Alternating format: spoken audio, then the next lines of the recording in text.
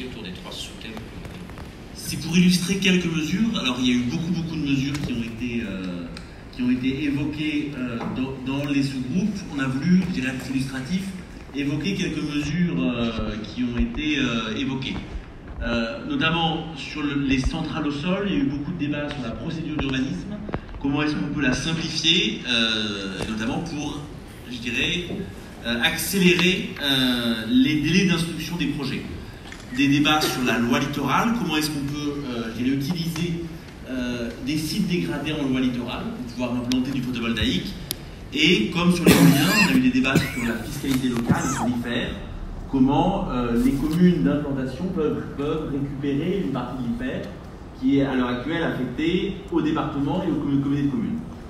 Sur les bâtiments, pareil, des débats sur les procédures d'urbanisme, sur la simplification des démarches, notamment dans le monde agricole pour les serres solaires, et des débats sur les centres commerciaux et sur l'obligation liée à la loi biodiversité, l'obligation d'équipement photovoltaïque pour les bâtiments commerciaux, comment est-ce que les bâtiments neufs, comment est-ce qu'elle peut être améliorée et rendue plus efficace. Et enfin, un débat important sur le segment des moyennes installations, entre 100 et 500 kW, de savoir comment soutenir spécifiquement cette tranche d'appel d'offres.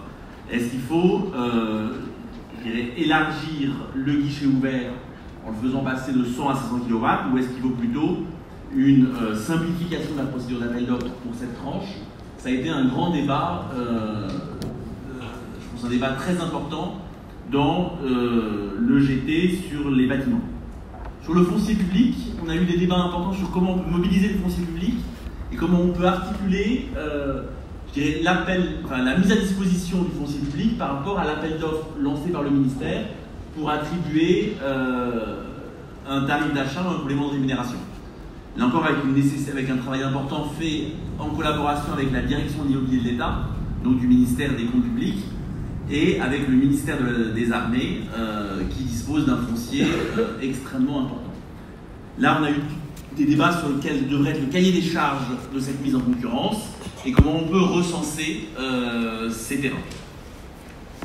On a eu un deuxième grand thème sur l'autoconsommation, qui est un thème, je dirais, beaucoup plus innovant, qui se développe maintenant depuis quelques années, dans lequel on a des dispositifs de soutien qui sont récents, avec un certain nombre de demandes fortes du GT, de pouvoir, je dirais, assimiler le modèle de tiers investisseur à l'autoconsommation individuelle, parce que je dirais, le modèle qui se développe le plus, c'est quand je dirais, le consommateur d'électricité, qui a notamment une toiture, fait appel à un tiers investisseur qui va financer le panneau photovoltaïque et l'électricité va être autoconsommée.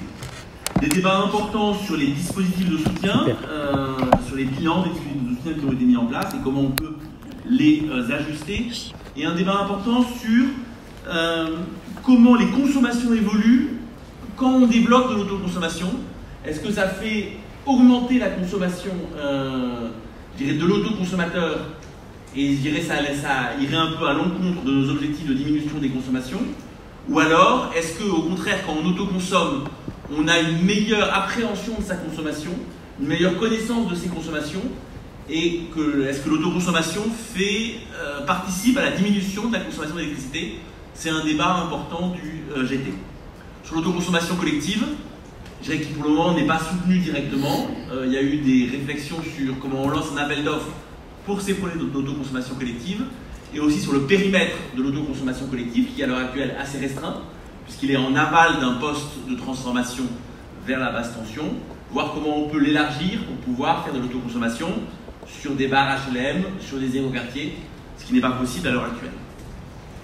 Le troisième sous-groupe portait sur la filière industrielle, avec une partie innovation, puisque la filière photovoltaïque, c'est vraiment une filière innovante.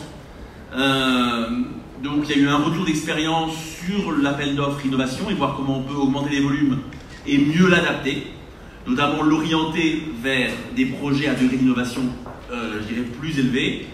Voir comment on peut, je dirais, coupler stockage et photovoltaïque, et notamment soutenir des projets photovoltaïques plus stockage dans ces appels d'offres qui soutiennent l'innovation. Et c'est là qu'on a évoqué aussi des sujets de patrimoine, qui sont vraiment liés à l'innovation, tous les sujets liés aux tuiles solaires, comment on peut mieux intégrer par des projets innovants le photovoltaïque dans des bâtiments classés et des bâtiments, je dirais, qui ont une richesse architecturale. Une deuxième réunion après sur la filière industrielle française, voir comment on la soutient par les critères, je dirais, de notre carbone, mais aussi des divers critères de nos appels d'offres. Comment nos appels d'offres peuvent mieux soutenir la filière industrielle française. Et enfin, un quatrième sous-groupe spécifique sur les zones non interconnectées qui ne disposent plus d'appels d'offres à l'heure actuelle. On en a des appels d'offres en métropole, mais il n'y a plus d'appels d'offres en cours dans les zones non interconnectées, dans les départements d'outre-mer. Et donc un travail a été fait sur comment on peut lancer des appels d'offres à la fois qui couplent photovoltaïque plus stockage, stockage, je dirais, décentralisé. Comment on peut avoir des appels d'offres avec un stockage centralisé et du photovoltaïque. Et les deux sont vraiment complémentaires. Je pense qu'il y a vraiment ce qu'ils en sortent du sous-groupe, c'est qu'il ne faut pas faire l'un ou l'autre, mais bien les deux pour pouvoir atteindre les objectifs des PPE de chaque DOM. Et un travail sur l'autoconsommation dans les DOM, parce que c'est de façon assez paradoxale, on soutient l'autoconsommation en métropole, mais pas dans les départements d'outre-mer, alors que c'est là qu'il y a le plus de soleil, et c'est là que l'autoconsommation pourrait trouver tout son sens, aussi bien dans les bâtiments commerciaux et industriels que chez les particuliers.